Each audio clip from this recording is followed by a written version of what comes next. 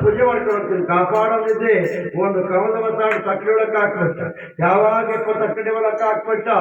100 ಜನ 1000 ಜನ ಗಂಡ ಮಕ್ಕಳಾಗ್ತದೆ ತಕ್ಕಡಿ ಅಳ್ಳಾಡಿಲ್ಲ ಈ ಸತ್ಯವಂತ ತಕ್ಕಡಿನಾಗೋಯ್ತು